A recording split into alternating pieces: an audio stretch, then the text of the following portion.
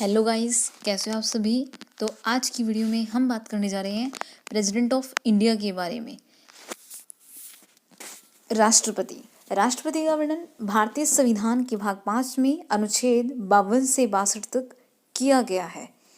राष्ट्रपति को नाम मात्र का मुखिया, औपचारिक प्रमुख, गणतंत्र और कार्यपालिका का प्रमुख, संवैधानिक अध्यक्ष और प्रथम नागरिक भी कहा जाता है। देखिए, जो राष्ट्रपति है उसको कार्यपालिका का प्रमुख यानी कि अध्यक्ष भी कहा जाता है।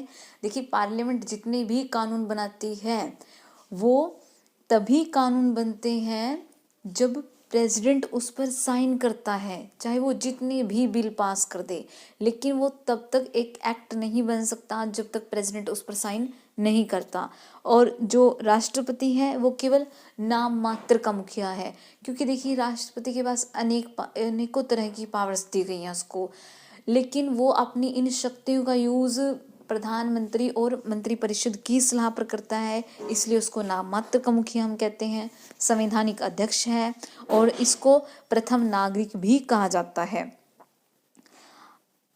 अनुच्छेद 52 बात करता है कि भारत में एक राष्ट्रपति होगा, भारत में एक प्रेसिडेंट होगा। अनुच्छेद 53 बात करता है कि संघ की कार्यपालिका शक्ति राष्ट्रपति में निहित होगी। अनुच्छेद 54 राष्ट्रपति का निर्वाचन कि जो प्रेसिडेंट है उसका इलेक्शन के बारे में बताया गया है कि उसके इलेक्शन में कौन कौन भाग लेगा। राष्ट्रपति के निर्वाचन में संसद के दोनों सदनों के निर्वाचित सदस्य यानी कि लोकसभा और राज्यसभा के निर्वाचित सदस्य, राज्य की विधान मंडल के निर्वाचित सदस्य और उसके बाद जो केंद्र शासित प्रदेश हैं यानी कि जो यूटीज हैं उनके दिल्ली और पांडुचेरी, उनकी विधानसभाओं के निर्वाचित सदस्य राष्ट्रपति के निर्वाचन में भाग लेते हैं। ध्यान रखिएगा, राष्ट्रपति के निर्वाचन में मनोनीत सदस्य भाग नहीं लेते। मनोनीत सदस्य यानी कि जो लोकसभा में और राज्यसभा में होते हैं। 2019 तक लोकसभा में 2 एंग्लो इंडियन को मनोनीत किया जाता था, लेकिन उसके बाद यह प्रथा बंद कर दी गई। लेकिन राज्यसभा में अभी भी है। राज्यसभा में जो प्रेसिडेंट ऑफ इंडिया है वो 12 सदस्यों को मनोनीत करते हैं, और जो ये मनोनीत सदस्य हैं ये राष्ट्रपति के निर्वाचन में भाग नहीं लेते। राष्ट्रपति के निर्वाचन में केवल निर्वाचित सदस्य भाग लेते हैं। निर्वाचित सदस्य का मतलब क्या है कि जो कि जनता द्वारा चुनकर भेजे जाते हैं। 55 निर्वाचन की विधि क्या होगी। हमने 54 में बात की थी कि राष्ट्रपति के निर्वाचन में कौन कौन भाग लेता है। अब बात करते हैं कि इसका मेथड क्या है, इलेक्शंस जो होता है उसकी विधि क्या है। इसकी विधि बताई गई है अनुपातिक प्रतिनिधित्व की एकल संक्रमणीय मत पद्धति द्वारा। अनुपातिक प्रतिनिधित्व का क्या मतलब है कि उम्मीदवार को जीतने के लिए एक निश्चित कोटा प्राप्त करना होगा। राष्ट्रपति के चुनाव में जनसंख्या के आधार पर एमपी यानी कि मेंबर ऑफ पार्लियामेंट और MLA member of legislative assembly का मत मूल्य निर्धारित किया जाता है। एमपी यानी कि जो संसद के सदस्य हैं, एमएलए जो विधायक हैं जो विधानसभा में बैठते हैं। एमएलए का मत मूल्य कैसे निकाला जाता है। एमएलए यानी कि जो विधायक है राज्य की विधानसभा यानी कि राज्य के विधानमंडल में जो बैठा है, एमएलए का मत मूल्य निकालना है तो कैसे निकालोगे, राज्य की कुल जनसंख्या और बटे में निर्वाचित एमएलए कितने हैं उनकी संख्या और डिवाइड करेंगे हम किससे, 1000 से। और जो राज्य की कुल जनसंख्या है वो हमें 1971 वाली लेनी है।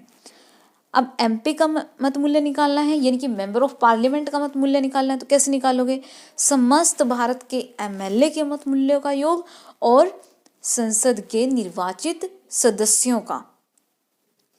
आर्टिकल 56 बात करता है कार्यकाल। देखिए, राष्ट्रपति का जो कार्यकाल है वो 5 वर्ष का है और राष्ट्रपति अपने पद पर तब तक रहेगा जब तक कि उसका अगला उत्तराधिकारी नियुक्त नहीं हो जाता। 56 में बात की गई है त्याग पत्र। राष्ट्रपति जो है अपना त्याग पत्र 56 ये इसी में आता है त्याग पत्र। राष्ट्रपति अपना त्याग पत्र जो है वाइस प्रेसिडेंट को देगा यानी कि उपराष्ट्रपति जो है उसको अपना त्याग पत्र है जो है राष्ट्रपति देता है। 57 बात करता है पुनः निर्वाचन यानी कि री इलेक्शन।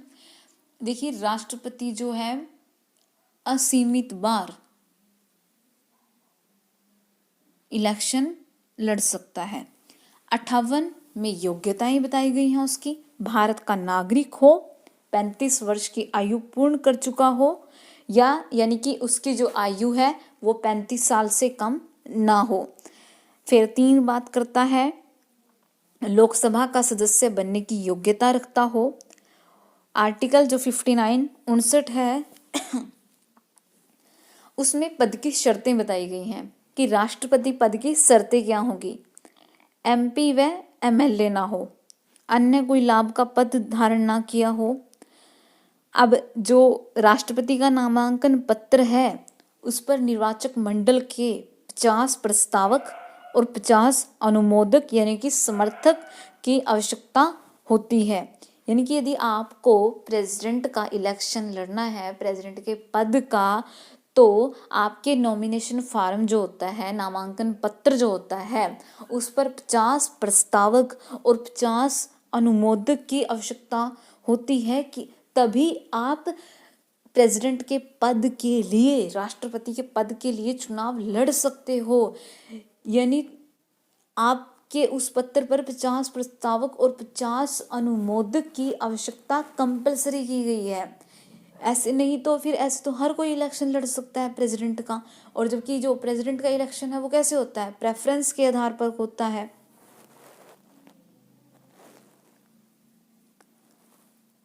60 में बात की गई है शपथ की कि राष्ट्रपति को जो शपथ है वो कौन दिलाएगा।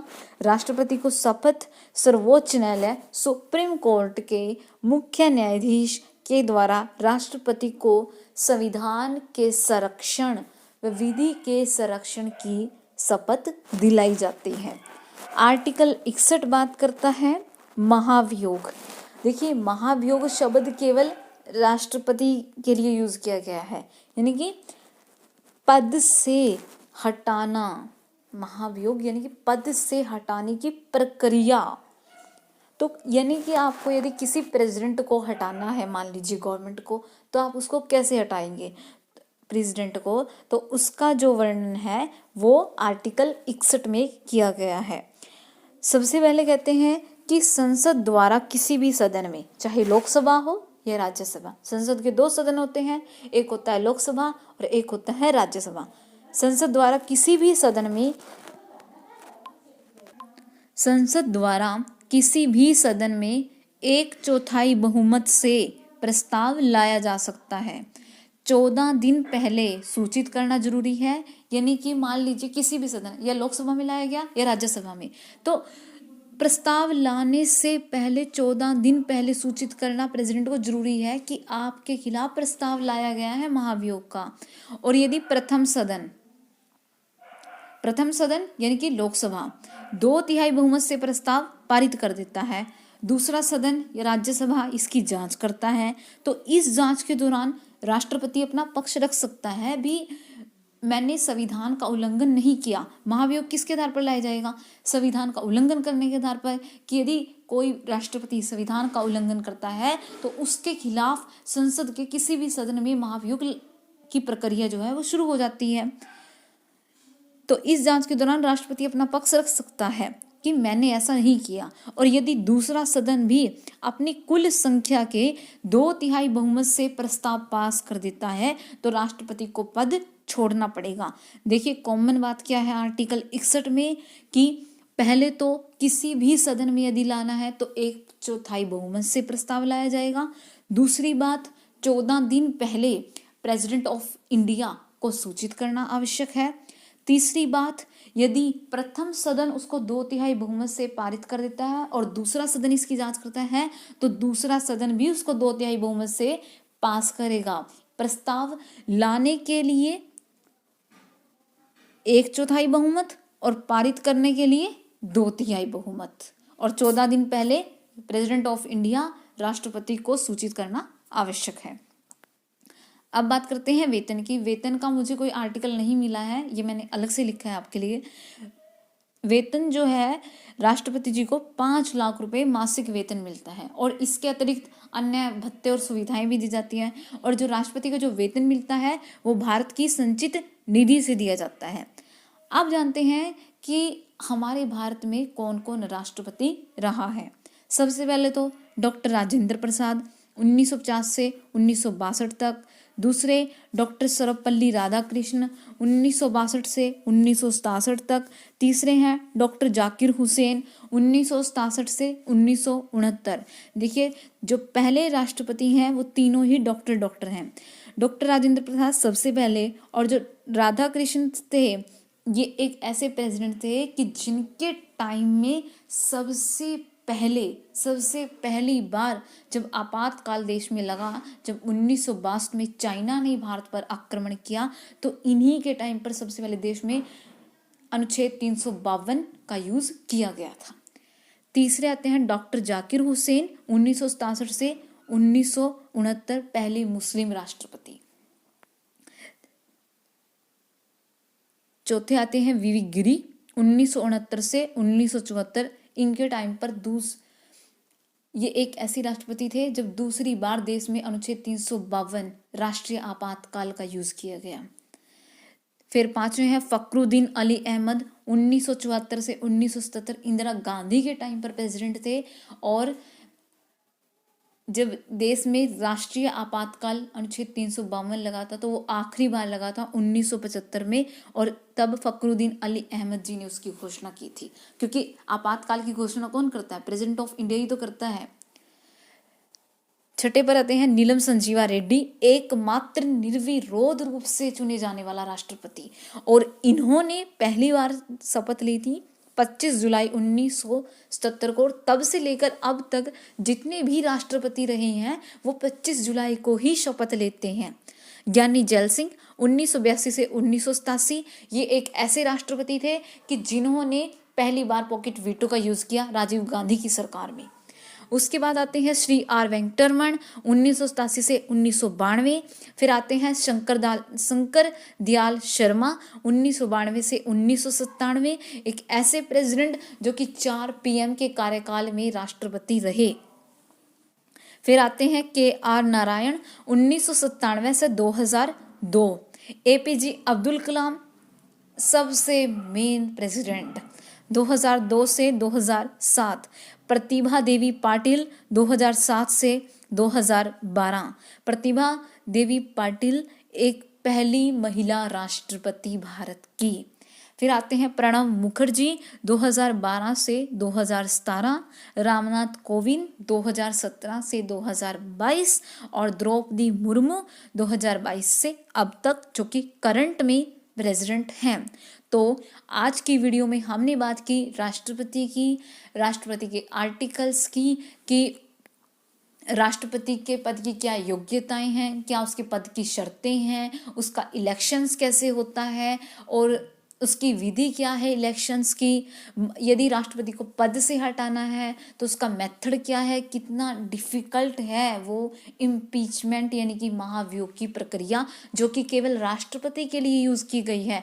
उसके बाद बात की हमने वेतन की, किसको कितना वेतन दिया जाता है, और एक हमने बात की थी यहाँ पर उसकी इंट्रोडक्शन के बारे में कि राष्ट्रपति है क्या, जिसको केवल एक नाम मात्र या संवैधानिक अध्यक्ष कहा जाता है, जिसको शक्तियां तो दी गई हैं लेकिन अपनी शक्तियों का जो यूज है वो मंत्री परिषद की सलाह पर करता है, अपने आप नहीं कर सकता। मान लीजिए उसको युद्ध की घोषणा करनी है तो अपने आप नहीं कर सकता, पहले उसको लिखित में परामर्श लेना होगा, तभी वो युद्ध या इमरजेंसी जैसी जो डिक्लेयर कर सकता है। तो आज की वीडियो में इतना ही, और प्रेसिडेंट ऑफ इंडिया का टॉपिक इंडियन कॉन्स्टिट्यूशन में सबसे इम्पोर्टेंट है। आप इसको अच्छे से पढ़ें और अच्छे से तैयार करें। So thank you so much.